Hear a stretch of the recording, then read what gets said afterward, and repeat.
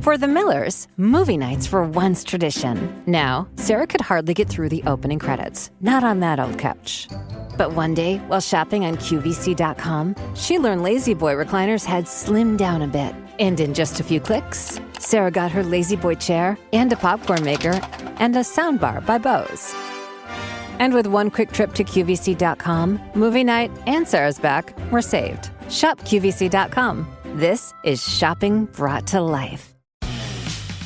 For the ones who work hard to ensure their crew can always go the extra mile, and the ones who get in early so everyone can go home on time, there's Grainger, offering professional-grade supplies backed by product experts so you can quickly and easily find what you need. Plus, you can count on access to a committed team ready to go the extra mile for you. Call, click Grainger.com, or just stop by. Grainger, for the ones who get it done.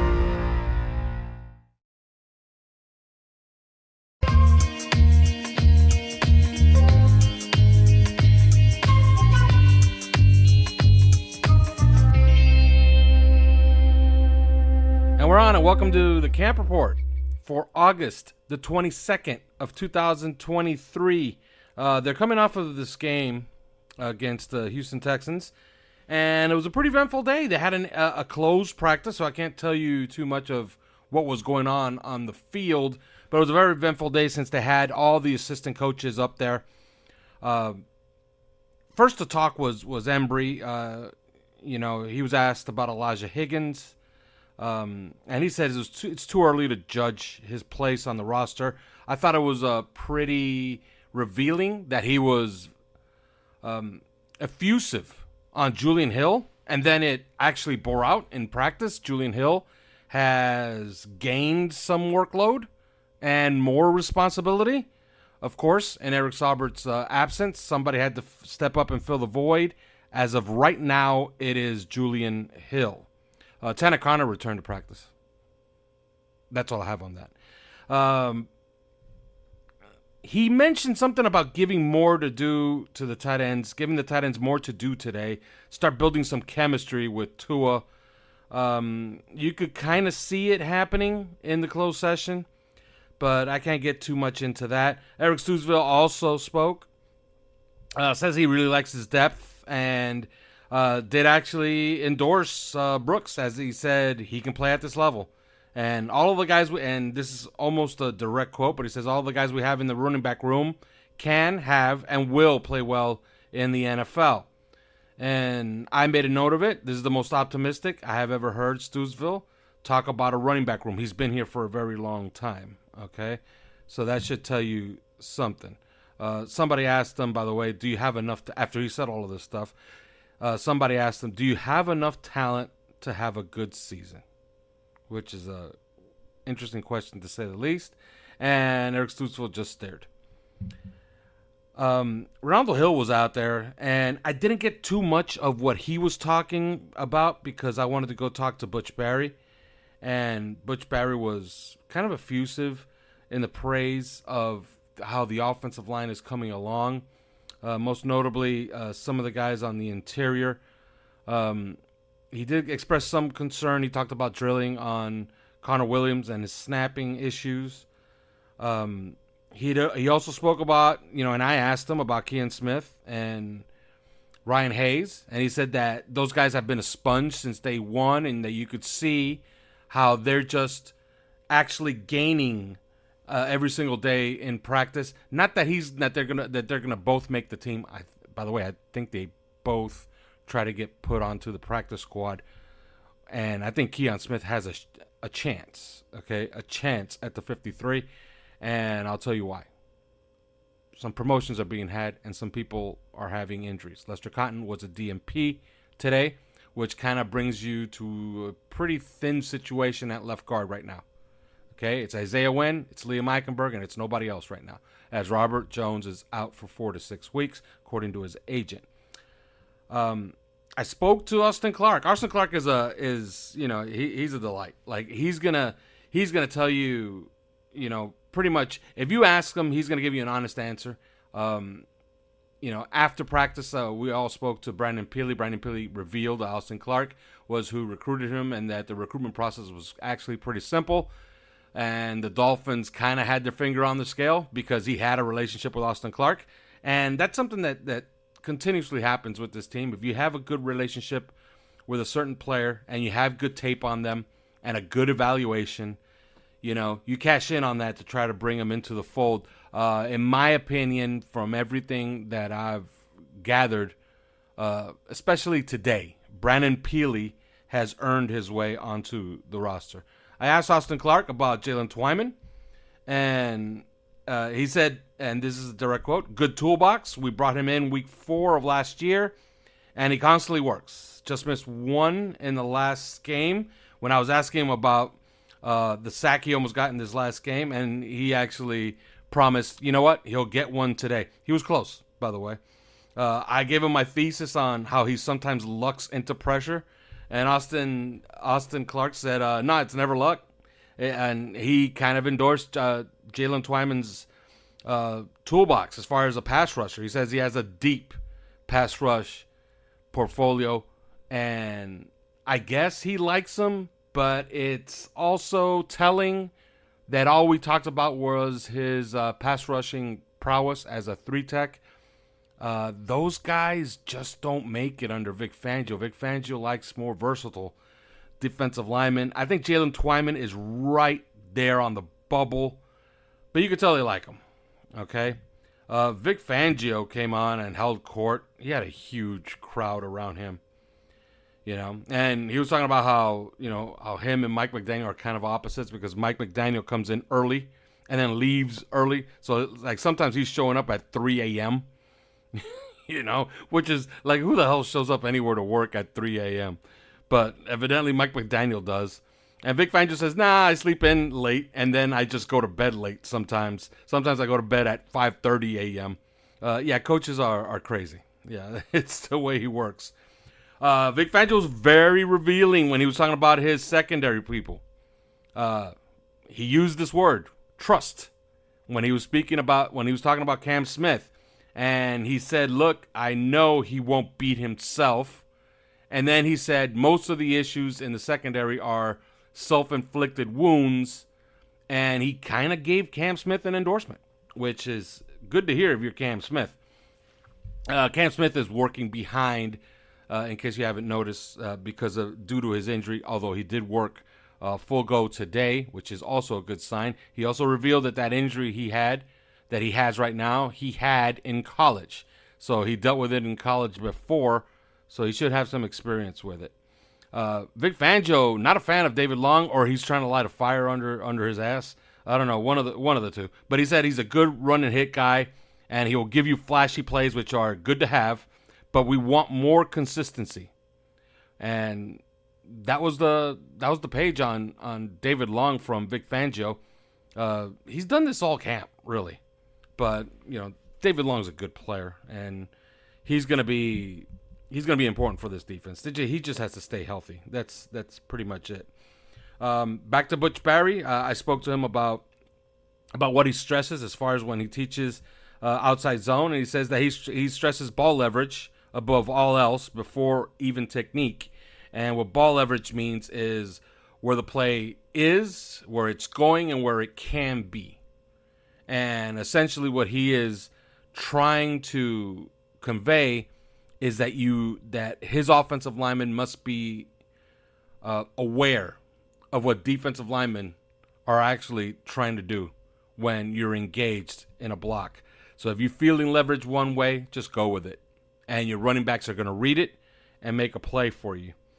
On the optimism, back to Butch Barry, on the optimism that he has on AJ, Austin Jackson. He says, look, he's a great athlete, and this is what I've said before, and I've said it on the podcast.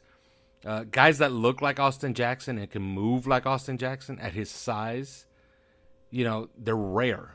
And those guys, you just have to, you have to give every benefit of the doubt until you can't.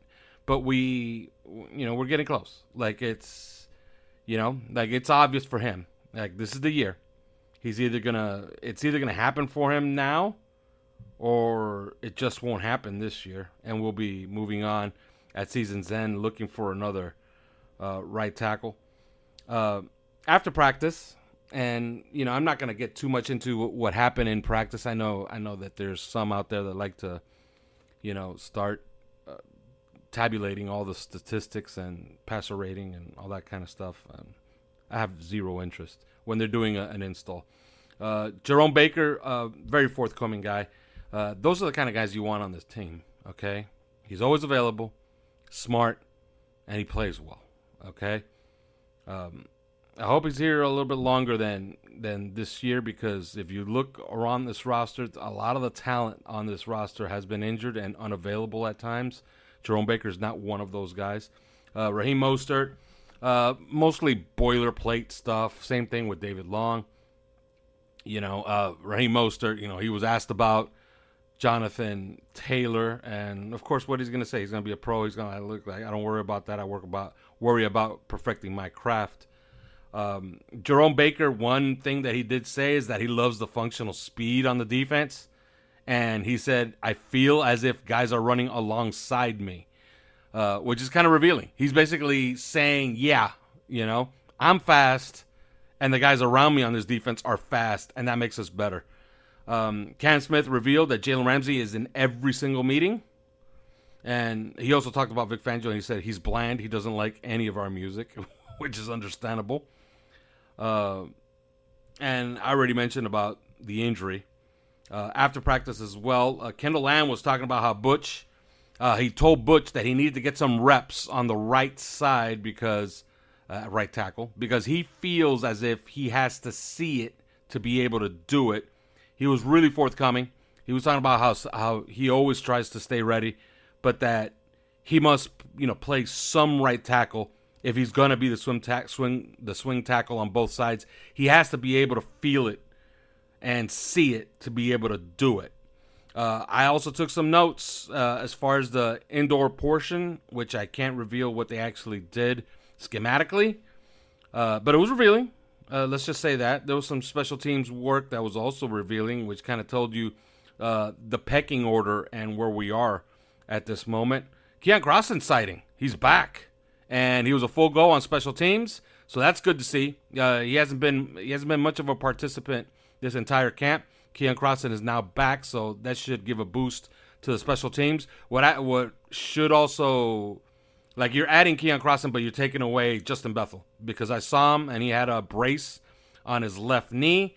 In my opinion, it didn't look good. One note that I jotted down: the Noah Benogany, Eli Apple rep differential, it has gone to 0. Okay. So I think it's anybody's job at this point. Noah was holding on to it all this time, and now it's rather unclear who's actually number. What's for dinner? Well, sometimes even that can be a chore. So you might be looking for wholesome, convenient meals for jam-packed days. Factor, America's #1 ready-to-eat meal kit, can help you fuel up fast with chef-prepared, dietitian-approved, ready-to-eat meals delivered straight to your door. You'll save time, eat well, and stay on track with your healthy lifestyle. With Factor, skip the extra trip to the grocery store and the chopping, the prepping, the cleaning up too, while still getting the flavor and nutritional quality you need. Factor's fresh, never frozen meals are ready in just 2 minutes. And then round out your meal and replenish your snack supply with an assortment of 45 plus add-ons, including breakfast items like our delicious apple cinnamon pancakes, bacon and cheddar egg bites, and potato, bacon, and egg breakfast skillet. Or for an easy wellness boost, try refreshing beverage options like cold pressed juices, shakes, and smoothies. Head to factormeals.com/3 yards per carry 50 and use code 3 yards per carry 50. That's the number 3 yards per carry 50 to get 50% off your entire order. Factormeals.com. For the Millers, movie nights were once tradition. Now, Sarah could hardly get through the opening credits. Not on that old couch. But one day, while shopping on QVC.com, she learned Lazy Boy recliners had slimmed down a bit. And in just a few clicks, Sarah got her Lazy Boy chair and a popcorn maker and a soundbar by Bose. And with one quick trip to QVC.com, movie night and Sarah's back were saved. Shop QVC.com. This is shopping brought to life. Number 1 in that pecking order, as the rep, like I said, the rep differential is completely even.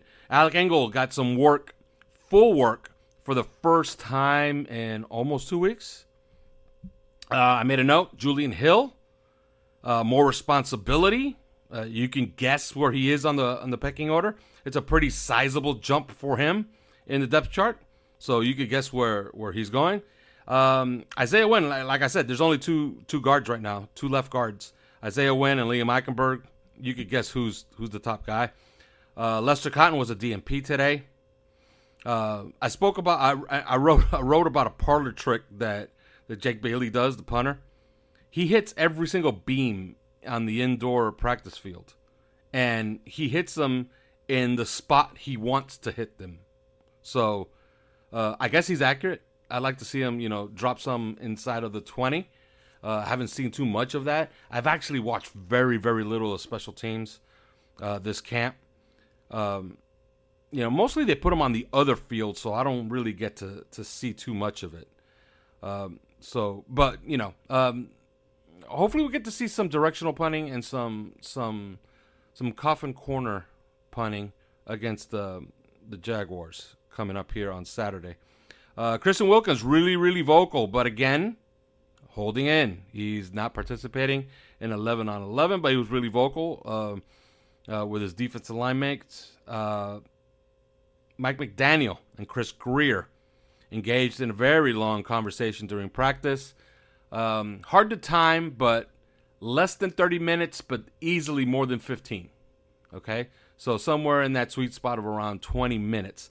It was a long conversation. Like you could tell it wasn't really animated. Like they were just talking matter of fact back and forth. It looked like Greer was just informing him, but it was a long conversation. Vic Fangio evidently likes to joke with the wide receivers. And he told Waddle, I guess, a real knee slapper because Waddle was just, pissing himself laughing. I wonder what he told him. But it was interesting to see that Vic Fangio gravitates to the wide receivers of all people. As far as aesthetics or how they ran practice, it's Frank Smith. That was what I always told you. Frank Smith, Darrell Bevel, they orchestrate the offense as Mike McDaniel is actually calling plays in. On the defense, it's Ronaldo Hill, Sam Madison, as Vic Fangio calls plays in. All right, you can ask questions in the chat, and I can answer them, but we have somebody up right now. Identify yourself as I bring you up. It's Cap Stern. I'm thinking of changing my social media to Talks on WEC. Is the differential, is it Apple getting better or Noah getting worse? And how did Cam look at full go? Cam is always going to look great because, he's a blue chip athlete and he's long, lean. But as far as Apple and Noah Benogany, it's not really about Noah getting worse. It's about they're getting a longer look of both guys. And I guess you could say Eli Apple is moving up a little bit. And here we have another one. And identify yourself as I bring you up. What's going on? Fins Mechanic. Follow me on Twitter, Pension Dolphin. Long time no see. Question the second team offensive line. I would have to assume is Feeney on that right guard spot since Lester Cotton, who can essentially play both sides, did not practice. Who are you talking about on the right side? The right guard, Dan Feeney. Yeah, they're doing some of that. Remember, they're just thin right there right now. Robert Jones was playing both spots, if you remember. So, yeah, it's Dan Feeney. They're thin at guard. They had 1,000 guys going for the left guard spot like 3 days ago, and now they're thin there because they took 2 injuries. And the Lester Cotton injury, nobody knows what it is. All we know is that he was on the sideline for the game, and then today he was a DMP. Some people spotted him in the building. I did not. I think I saw him walking in the parking lot, but don't quote me. I think he was in the parking lot, but nobody knows what his injury is about as of right now. And lastly, do you think Keon Smith will do some guard work? I felt like I saw him at left guard at one point. Will he be that third option left guard, or who's anyone else? Yeah, they've tried him a little bit at left guard. I haven't liked some of his tape at left guard. He's had some good snaps, But if he's going to be an option, he's just going to be an option right now because Lester Cotton is nursing some type of injury that we are not aware of, and that Robert Jones is out for at least 4 weeks. But other than that, I think he's training on as a left tackle pretty well, and he's practice squad eligible, and I like him as far as trying to keep him around. You got anything else? Nope, that's all. Thank you. All right. Let me see if there's any questions in the chat, and there's one that says, Alf, if you wanted Taylor, I assume that's Jonathan Taylor. Okay. And you were Miami, how would you make that deal work, and what would you think it's worth? I think we pay only premium, and running back just isn't anymore. Okay, and he has an editorial comment at the end of it. I heard some people, talk about, oh, he's worth a first round pick. Yeah, in a vacuum. But I think he's worth a first round equivalent or less, which means you work your way down from a first round equivalent, which means first round equivalent is 2 second rounders. I think you work your way down from there, and you offer a second rounder and see if they'll take a salary from you. Now, how do you fit him into the salary cap going forward? Remember, it's not about this year. Like, you could pay his salary this year. That's not a problem. It's about next year's deal, right? And his cap number for next year. Let's say you're just going to load up the cap, give him the full charge for next season. Okay. Look for a high-priced player on your team right now, and that's your sacrifice. Is it Xavier Howard? Is it as simple as Emmanuel Ogbah? But when you start saying, look, we'll just sacrifice Emmanuel Ogbah, and all will be great in the world. Well, not necessarily. You still have to pay Phillips. You have to pay Waddle soon. You have to pay Holland soon. Your sacrifice has to be a little deeper, in my opinion. And, of course, I advocate for squaring away Christian Wilkins ASAP before anything happens on the Jonathan Taylor front. Can it happen? Absolutely. But there has to be a sacrifice made. I just don't see how, you just add him for the price of just letting Emmanuel Ogbah go at season's end. I just don't see that. I think it's going to cost you something beyond that because you're going to need Emmanuel Ogbah's money if you want to retain Zach Sealer. If not, you're essentially starting to sacrifice not only money guys like an Xavier Howard, but then you sacrifice keeping your good players like Zach Sealer. So you're taking actually 2 steps back just by acquiring Jonathan Taylor. So you got to have a real plan if you're going to do it. And that plan, I believe, will entail a sacrifice. And that sacrifice has to be to a player that makes a good salary. Another question. There's another question in the chat. Now that this is the second year of the offense, will we see the Dolphins go no huddle? Possibly. They haven't practiced it and they haven't used it in a game yet, in a preseason game or in a scrimmage or in except for the 2-minute drills that they've run. They haven't used it in a joint practice yet or a scrimmage. So, but yeah, it'll make some sense, especially with this running game. Like, you have a wide zone rushing attack, man. That's something good to call. If you have your offensive linemen are in good shape, that's something good to call against a defense that's tiring in the fourth quarter. So I would say absolutely. 2 more questions, and then I think we can get out of here. How much do you think Taylor would get? Man, a lot of Jonathan Taylor questions. He must be pretty good. How much do you think Jonathan Taylor would get if traded anywhere? Yeah, like I said, equivalent of a first-round pick. So 2 seconds or less. That's where I think you start. But anything more? No. A first-round pick? I extremely doubt it. I don't see anybody in the league giving a first-round pick for Jonathan Taylor. I think it's two twos or less. Maybe something like a second-round pick, a fourth-rounder, and then maybe a useful player. Not a star player, a useful player. Kind of like what Miami has, like a Jeff Wilson type, a Cedric Wilson, something like that. But remember what I said about sacrifices. They will have to be made a year from now. All right, last question. It's in the chat. How do you fix Austin Jackson forgetting to anchor every 10 plays? And then it says, hey, at least the Jets spend $8 million on Cook before Taylor was available. I love how that works out, right? That works out beautifully. It'll be hilarious if the Jets spend $8.6 million on Dalvin Cook, and then the Dolphins manage to trade for Jonathan Taylor, and he's going to cost less than that for this calendar year. So yeah, that would be hilarious. How do you fix AJ? Forgetting the ankle, the same way that Butch Barry said that you fix him. You drill it like crazy. You get into practice and you drill, rep until it's ingrained in him. Okay, you got to keep your technique. You got to keep your bend. You can't stand up. You can't get on skates. All right, we're gonna call it right here. They will practice again tomorrow. I believe it's closed to the public, and then one more practice before they have a day off before the game against the Jaguars on Saturday. One note, the following Tuesday, it's the last of the general practices, and it's going to be a closed install. So I don't think I can say too much because remember, they will have a roster by Tuesday.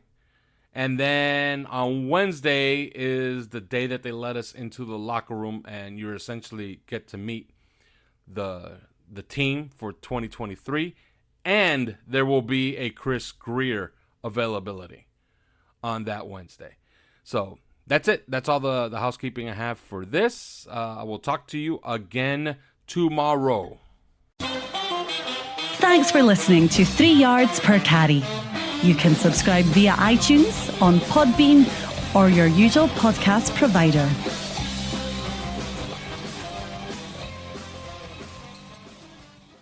For the Millers, movie nights were once tradition. Now, Sarah could hardly get through the opening credits, not on that old couch. But one day, while shopping on QVC.com, she learned Lazy Boy recliners had slimmed down a bit. And in just a few clicks, Sarah got her Lazy Boy chair and a popcorn maker and a soundbar by Bose. And with one quick trip to QVC.com, movie night and Sarah's back were saved. Shop QVC.com. This is shopping brought to life.